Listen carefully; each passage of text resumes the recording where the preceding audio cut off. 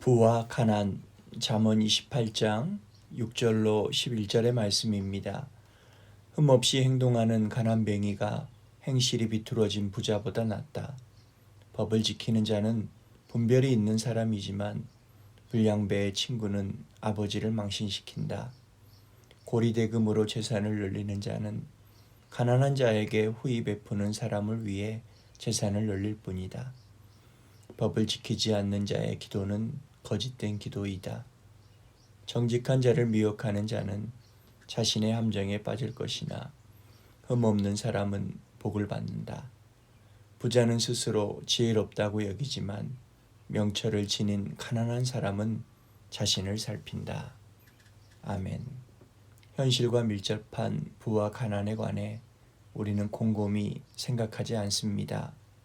다만 부유한 사람이 되고자 하는 생각만이 치밀한 경우가 많습니다.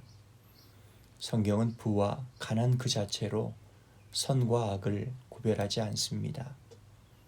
본문의 잠언은 부와 가난에 관한 직접적인 말씀이라기보다 두 가지를 비교하면서 우리의 가치관을 바로 잡으려는 말씀입니다. 행실과 분별력, 법적 책임감, 사생활과 덕스러운 생활이 가치관에 의해 달라질 수밖에 없기 때문입니다.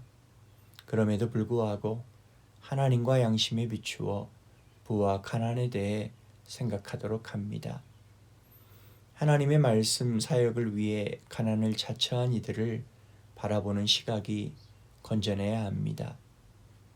복음의 일꾼으로 부름받은 말씀 사역자들은 의도적으로 부유해지기를 거부해야 합니다.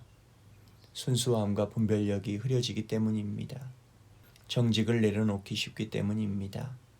사역자가 말씀을 전하기 위한 그릇을 스스로 더럽히는 것은 함정과 같습니다.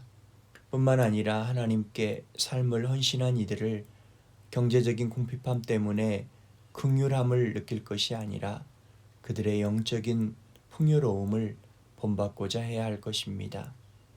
하나님은 그분의 위대한 일을 위해 한 번의 생을 바치는 이들을 자랑스럽게 여기십니다. 이들을 통해 선포되는 메시지는 회중과 함께 하나님을 거룩한 감동으로 흥분시킬 것입니다. 주어진 일에 충성한 결과가 꼭 부자가 되는 것이라는 번영 신학으로부터 벗어나야 합니다. 행실이 비뚤어져도 부자가 될 수 있습니다.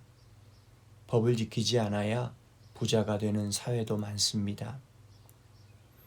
터무니없는 일을 꾀하여 부자가 된 이들도 있습니다. 진실을 유치하다고 여기는 부자도 있습니다.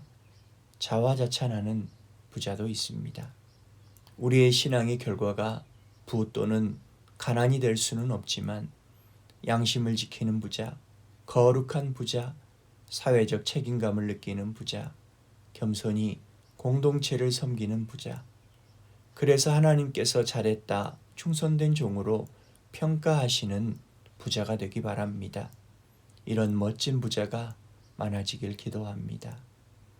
하나님은 말씀과 양심을 지키라 하시는데 우리는 소유를 지키고 모으려 합니다. 하나님은 사람을 세우라 하시는데 우리는 사람을 통해 돈을 벌려 합니다. 하나님은 먼저 그의 나라와 그의 의를 구하라 하시는데 우리는 주어진 재물로 인해 근심합니다. 우리를 불쌍히 여겨 주옵소서. 예수님의 이름으로 기도드립니다. 아멘.